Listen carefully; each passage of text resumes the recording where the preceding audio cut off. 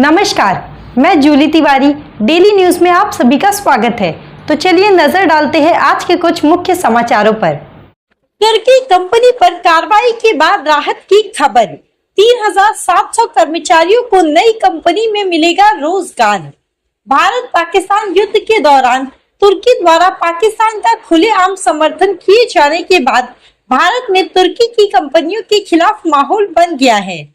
इस कड़ी में मुंबई एयरपोर्ट पर ground handling का काम करने वाली तुर्की की सेलेबी कंपनी का लाइसेंस रद्द कर दिया गया।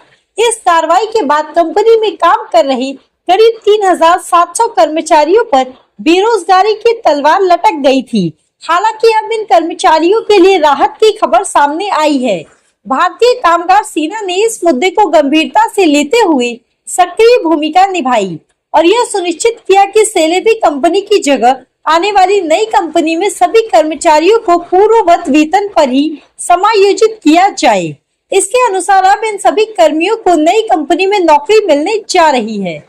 इस सकारात्मक बदलाव के बाद सभी कर्मचारी और भारतीय कामगार सेना के पदाधिकारी शिवसेना प्रमुख उद्धव ठाकरे से मातोश्री से मुलाकात के लिए पहुंचे हैं, जहां उन्होंने आभार जताते हुए अपने समर्थन का विश्वास दोहराया। तुम्हाला सर्वांना वाटत असेल की मी काहीतरी पराक्रम केलाय। पराक्रम मी नाही केला, पराक्रम तुमच्या सगळ्यांच्या एकजुटीने केलेला आहे। आता तुम्ही दोन घोषणा दिल्या, त्याची पहिली घोषणा काय होती? त्या एका नावाने केलेल्या हिंदू हृदय सम्राट बाळासाहेब। आठवण करून देण्याची गरज नाहीये, पण शिवसेनेची स्थापना मुळामध्ये भूमिपुत्रांवरती अन्याय होऊ न देणं किंवा अन्याय होत असेल तर त्यांना तोडून मोडून टाकणं या कर्तव्यात। अरविंद, आपण जे म्हणालात की हार भिन्न त्या आकाशी लक्ष तिचे पिलापाशी, एक गंमत म्हणून पाहिलं तर तुम्ही सगळेजण ग्राउंड स्टाफ आहात म्हणून या विमानाच्या घरी आकाशी पुढे पण आकाशीमध्ये घाली असतं तशी गिलाडं पण असतात। आणि मला चिंता नेहमी आपल्या सोबत असलेल्या कामगारांची रक्षण करण्याची जी असते ती या गिधाड्यांपासून असते। कारण एकदा काही एकजूट तुटली तर लष्कर पुण्याला आपले शत्रू मोठे असतात। आणि ज्या क्षणी मी ही बातमी पाहिली वाचली त्याच वेळेला मी अरविंदला फोन केला। अरविंद म्हणाले संजय तिकडे मेहनत करतोय। मग संजय आले, अरविंद आले, आम्ही या अमुक भेटतो तमुक म्हटलं तसं नाही चालणार, कामगारांमध्ये जा आपल्या सोबत। शेवटी तुम्ही लोकांनी आमच्यावरती भरोसा ठेवलेला आहे, शिवसेनेवरती भरोसा ठेवलेला आहे आणि हा विश्वासघात आमच्याकडनं कधी होणं शक्य नाही, कदापि शक्य नाही। नुसतं शिवसेना जिंदाबाद उद्धव ठाकरेंचा विजय असो, अरे तसा विजय नकोय मला। मला तुमच्या हृदयातून आलेला तो एक भावना पाहिजे, हृदयातून आलेला ही भावना। जर संकटाच्या वेळेला आम्ही धावून येणार नसू मग आम्ही कशाला पाहिजे? आज जो हातामध्ये भगवा पकडलेला आहे त्या भगव्याचं तेज हे तुम्ही या निमित्ताने दाखवून दिले। या सगळ्या कंपनी येत असतात जात असतात, आपण कोण आणणारी कंपनी? आता सुद्धा ती काय सेलेबिना वगैरे होती, आपलं थोडीच कोण लागतं। आता तिला बंदी घातल्यानंतर कळलं मला की ती टर्कीची कंपनी होती, तुर्कस्तानची होती, आम्हाला थोडे काय नाही। आता नवीन कंपनी कुठली आली असेल, करार कोण करतं त्याची आणण्याची परवानगी कोण?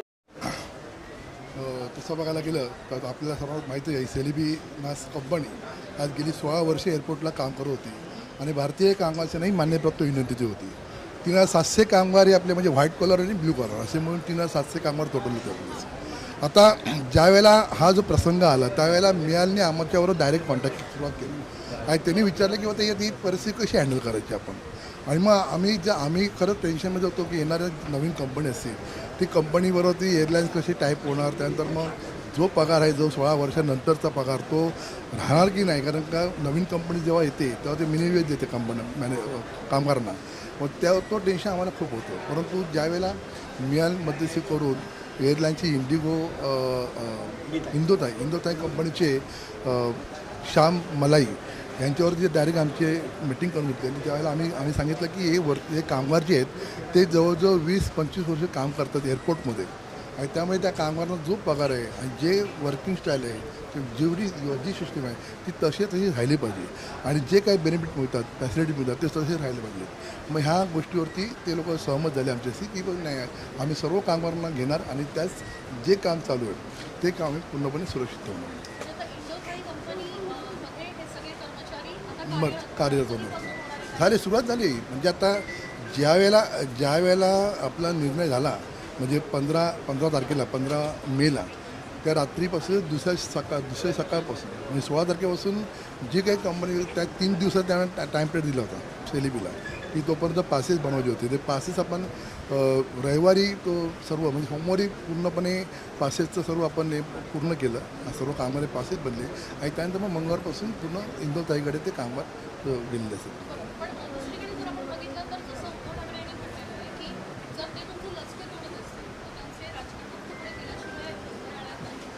नाही बरोबर आहे ना की एक लक्षात ठेवा राजकारण म्हणजे काय माहिती आहे का की ज्या पद्धतीने आज बघा हा जो निर्णय झाला आहे भारत सरकारने घेतला आहे तो आम्ही त्याचं स्वागत केलेलं आहे.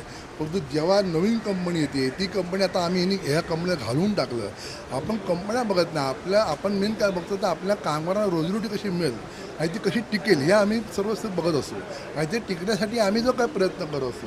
मग तिथे उगाच राजकारण करून त्या लोकांमध्ये आता आम्ही कंपनी घालवून टाकली तर हे बरोबर नाही. तर त्या वाक्याला आमचं ऑब्जेक्शन आहे. ही कंपनी घालून ठीक आहे परंतु आता नंतर जे काय होणार आहे एवढी लोकांचे रोजगाराचा प्रश्न निर्माण होणार आहे की ह्या लोक आज 15-16 वर्षांचा हा पगार जो असतो तो मिळणार आहे की नाही हे खूप महत्त्वाचं असतं. ती मोठी कामगिरी भारतीय कामगार सेनेने लक्षात ठेवा आणि ते मिळवणे आम्ही यशस्वी झालो. त्यामुळे आम्हाला आज आम्ही उद्धव साहेबांचं आभार व्यक्त करणारे सर्व कामगार इथे आले.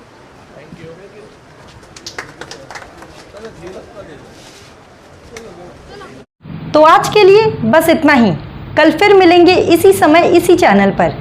तब तक के लिए मुझे दीजिए इजाज़त. धन्यवाद. हमारे चैनल को सब्सक्राइब करें और बेल आइकन दबाना ना भूलें ताकि हमारी खबरें सबसे पहले आप तक पहुँचें.